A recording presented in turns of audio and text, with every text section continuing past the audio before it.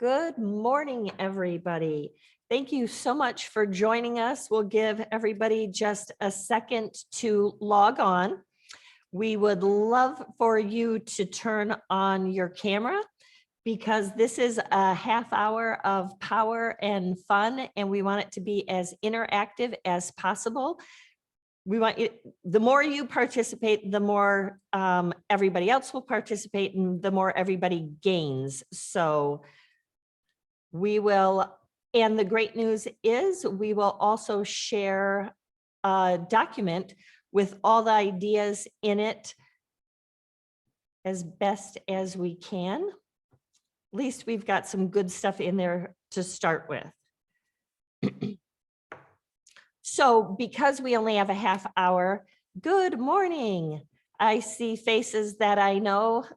Morning, Leah, morning, Laura. Glad you guys are here.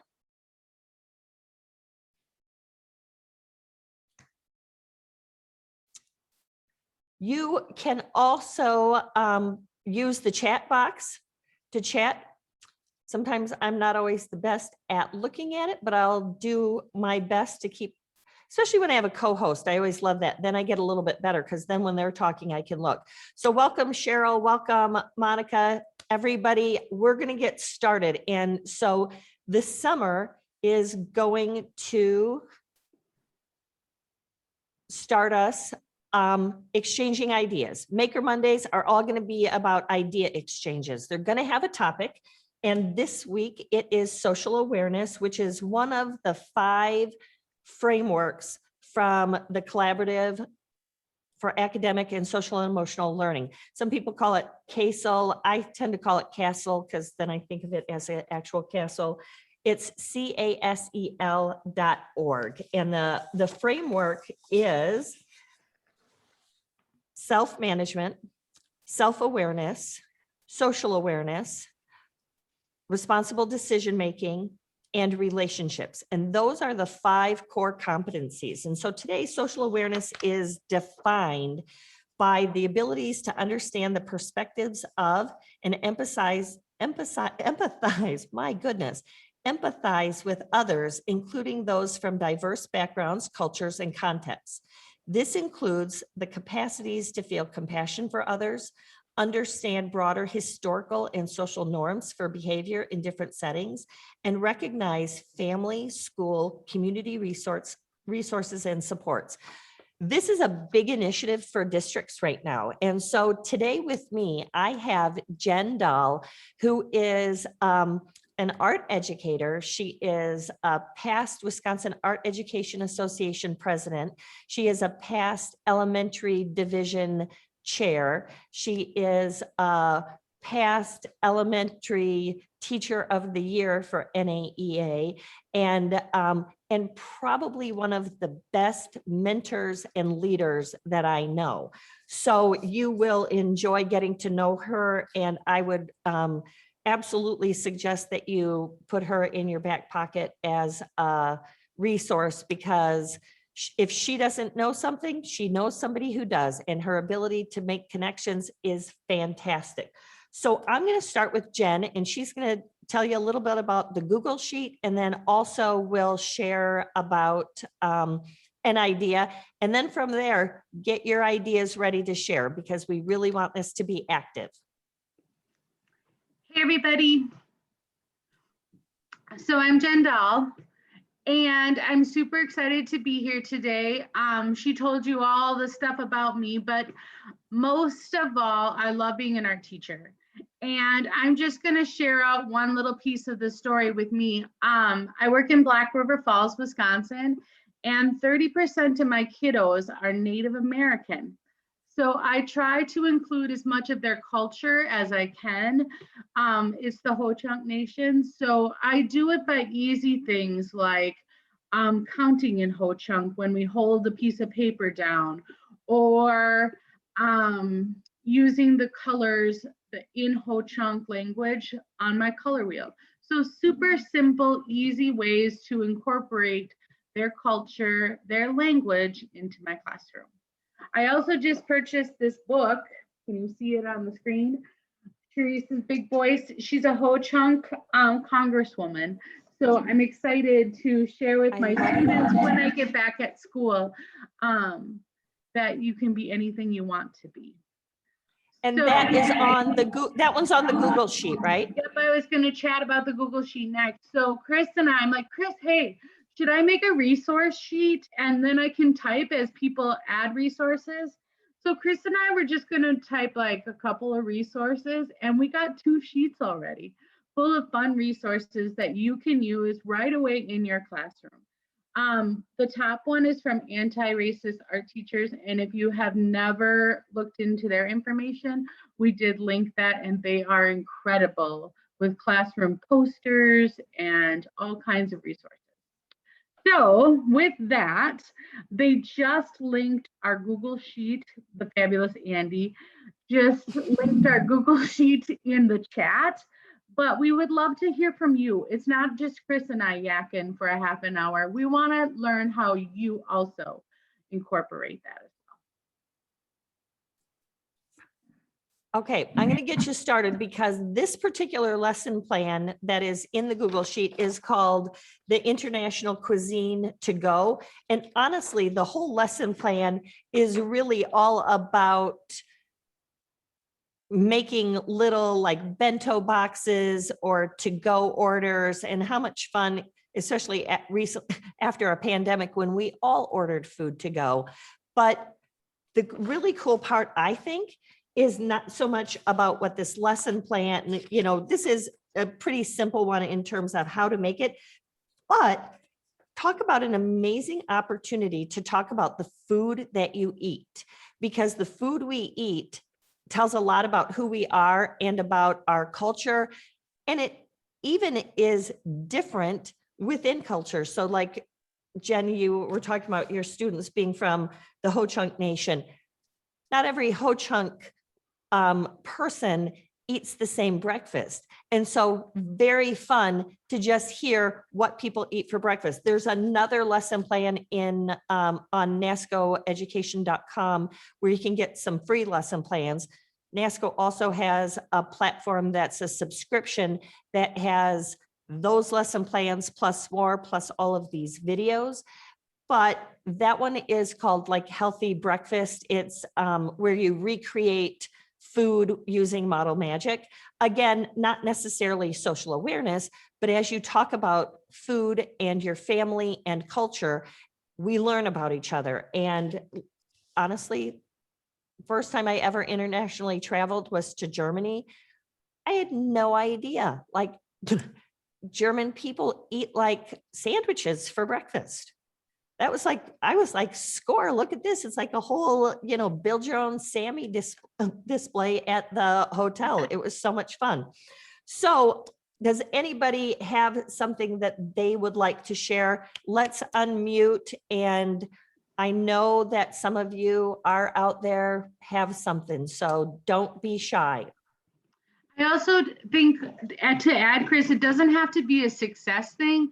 Sometimes I worry about having like cultural situations. And I once did a lesson about your bedroom or your house, and it failed. It tanked really bad because my students didn't want to design their own bedroom because they've never had a bedroom. And I brought up lots of social, emotional, like, with that lesson, and I had no idea. I thought they would have fun looking at Vincent van Gogh's bedroom and then designing their own bedroom, and it did not go well. Oh, yeah. No, that's a great, thank you for sharing so that. it can be those kind of things too. I had no idea that it would go so horribly. Yep. And sometimes you do have to make a mistake to learn. And I think that is fantastic. I'm so glad that all of a sudden got me thinking.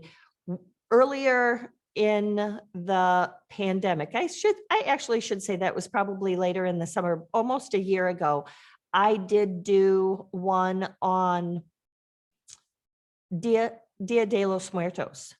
And I knew about cultural appropriation and I was really working super hard to make sure that my presentation would come off.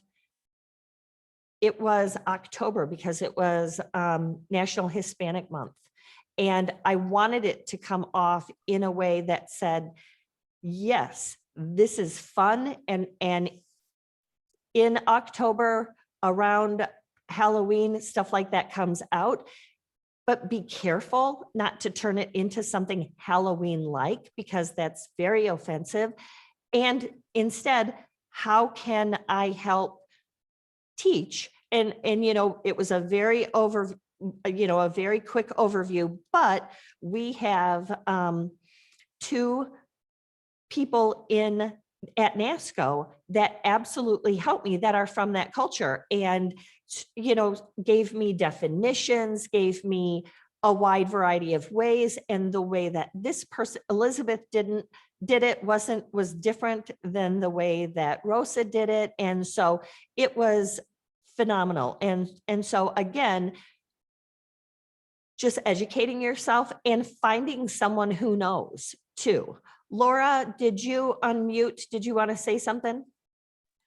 Well, I was just thinking, I've been trying to, and only seeing the kids like once a week. I end up like just scratching the surface, I think, on all these cultural items and trying to be aware of what's going on and the whole social justice piece. Yes.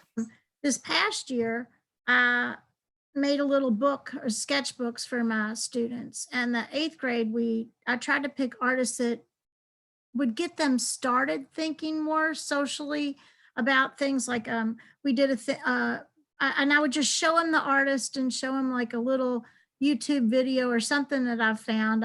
One of the ones that I did was after you did the in service with Fabiana Rod. Yes. And so Fabiana Rodriguez. Yes. And so in their little journals, they just made butterflies, but it got the conversation started. But I feel like there's just so much more you could delve into all of these artists and all of the issues. And so that was just one little part or beginning of work. No, that is fantastic. And I love it. And what I really love is that you are utilizing artists, because I think that there's a lot of fear happening. And the fear is, like you said, Jen, you're going to do the wrong thing. And we have heard of some extreme cases where somebody has done something and it has escalated into something bigger. And you don't want to be that teacher. And I understand that nobody wants that. But I think coming up with ways to teach social awareness without necessarily talking about specifics is important, because if we teach students to be socially aware and understand others, that's the foundation of equality. That's the foundation of acceptance. And so when we don't have to, I know for me personally, when I was younger, if somebody had a different religion than I did, it freaked me out. And I would think, oh my gosh, I don't know if I can be friends with this person. Well, hello, that's the craziest thing I've ever heard now as an adult. But it's because things that are so super core value to you, you hold really tight. And unless somebody tells you, it's okay to think differently and look at somebody differently. And it's okay to disagree. We don't have to be mad at each other to disagree. We don't have to. That's the beauty. Like, you can get along with people that have different thoughts than you do, and it makes you actually a better person. So I really like that a lot. What other things are you doing? Does anybody have another thing to add to that? I would just add that this is Leah. I teach in Wisconsin. I also taught in a district. I taught in Toma, where there is also a pretty high Ho-Chunk population. And one year for Native American Awareness Month, they approached me and asked me if I would teach dream catchers. And they actually had an elder come in and teach me how to do it, how, like what the history behind it was. The kids got to use like sinew and you know, authentic materials. And I still had people complain about that. Non-native people complain that we had done that project, even though I had been taught by somebody within that culture.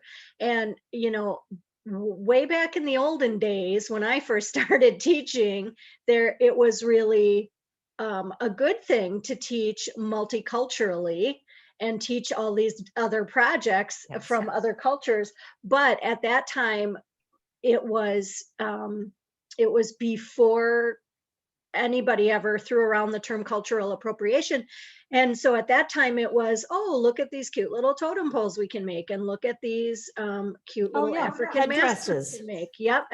And so things change as you go along. And now I would never teach any of those things just for that reason. And so one thing that I try to do is, if there's something I want them to learn about, like, you know, even just saying African masks, Africa is a huge place. There's not just one kind of mask that they make. And so teaching about them from all different cultures instead of just focusing in on one. And then the project can be, how would you design a mask that would be something that you could use, that would have value to you, that would have value to your family or your beliefs? And, you know, what kinds of things can you take from these, but not copy from them? Like I always tell kids that, you know, in a mask, you always see eyes and a nose and a mouth and typically some kind of decorations. So how would you do that, you know, for your family, but showing them all kinds of cultural masks versus just the one kind, and hey, let's copy this African mask. So I love that. And I love the fact that you did have somebody from the culture show you how to do it. So you knew that you were doing it right.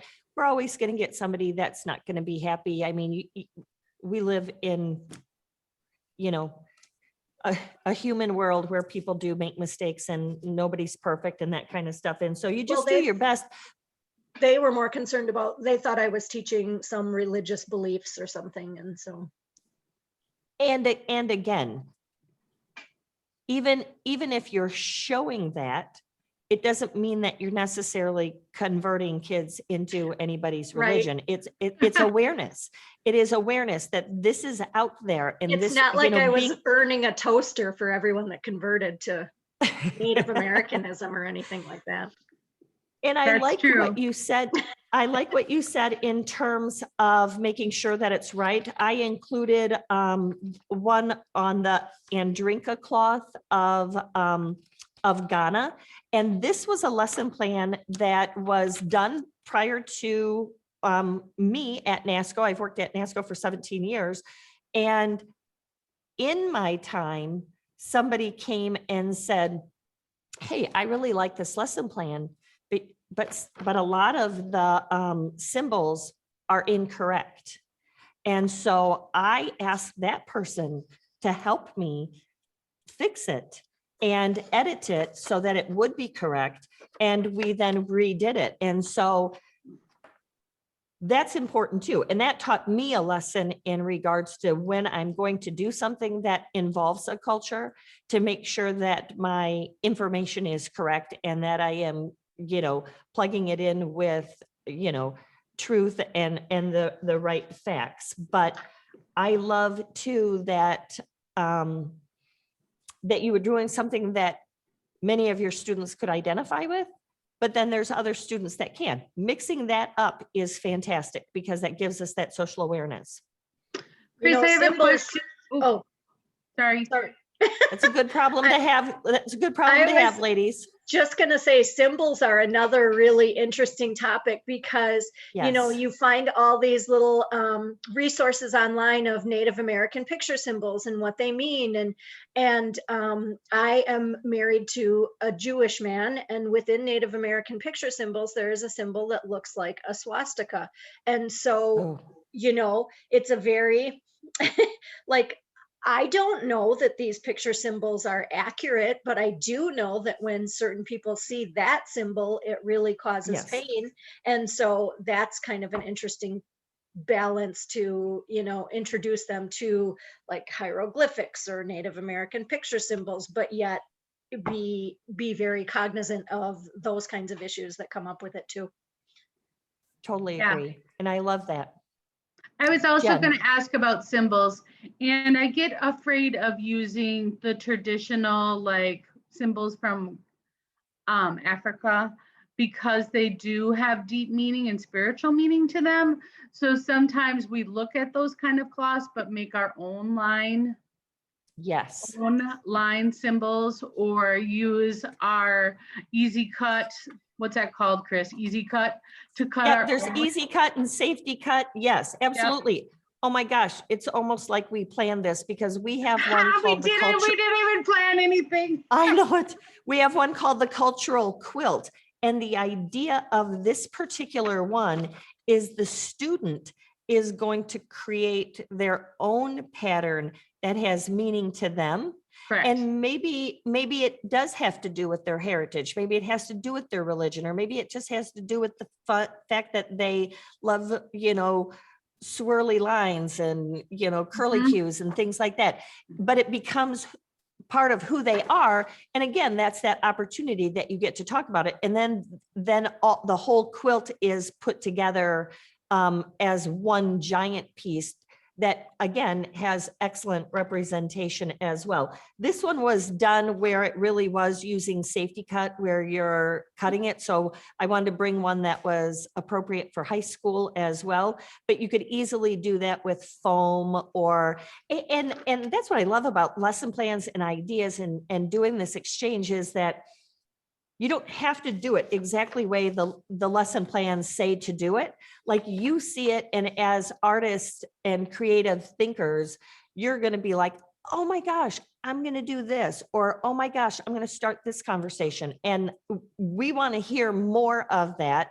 And I also would encourage you to, you know, we're going to be done in 7 minutes. So it's kind of like, feels like one and done, but feel free to go to NASCO's Facebook page, which is Nasco Art Education, and post some ideas there too. We want to keep this networking going because it's how we learn. And like Jen said, successes and failures that are happening. I think that equity and diversity is at the top of a lot of school districts' lists, but it's also concerning in areas where they are even coming out with legislature that talks about how schools can't talk about specific things. So the workaround is not drilling down to a specific topic. The workaround is putting faces and regions of the world and cultures and diversity out in front of students, and then talking about it and letting students connect and talk about that. I mean, because sometimes you can even erase all of that and just talk about families. I got thinking about that. I'm from a super large family. I'm 6 of 6 children.